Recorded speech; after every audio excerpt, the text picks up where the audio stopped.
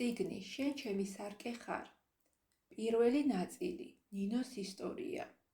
თავი პირველი თუ ბოლო. ნინო მეგობრებთან ერთად მატარებლით ბორჯომში წავიდა. მეგობრები მთელი გზა მასწავლებლის ნათქვამს განიხილავდნენ. რისი თქმა უნდოდა ახლა მაგით, მე ვერ გავიგე, თქვა გაფრაზებული ტონით მარიამმა. მაგისას რას გაიგებ, უკმაყოფილო ტონით უპასუხა ქეთინომ.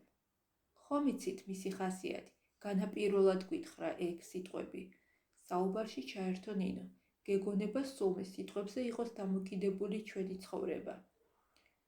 პრინციპში ვინც დაეჯერებს მისი ცხოვრება კი იქნება მის სიტყვებზე დამოკიდებული, უპასუხა მაგდამ.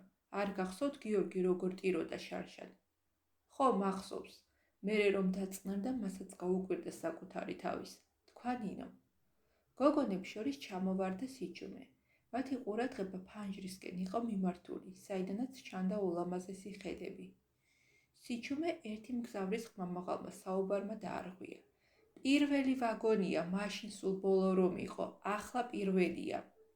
გოგონებს გაეღიმათ მგზავრის ამ ნათქვამზე. თუ ჭირდებოდა პირველი ვაგონია ამ სიტყვებს ახსნა არ მეგონა, სიცილით თქვა მარიამმა.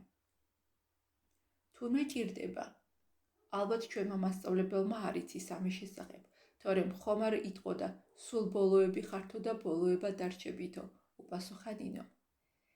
კარგი აზრია, აწი როცა გვეტყვის დარწმუნებული ვარ ვერ მოითმეს, მიზეზიც რომც არ კონდეს მაინც გვეტყვის, ჩვენ კიდევ ერთხმად ვუპასუხოთ, ახლა პირველია, მაშინ რომ ბოლო იყო, თქვა ქეთინომ და გოგოები აკისკისდნენ. ჩვენ კი ვიცინით, მაგრამ რა საინტერესოდ თქვა, მაშინ სულ ბოლო რომ იყო, ახლა პირველი არის, თქვა ნინომ. მე დალი ვასაძე ვარ, ფსიქოთერაპევტი, ქოუჩი და უნარჩვევების ტრენერი. გახსოვდეს, აქ ყველაფერი შენთვის კეთდება.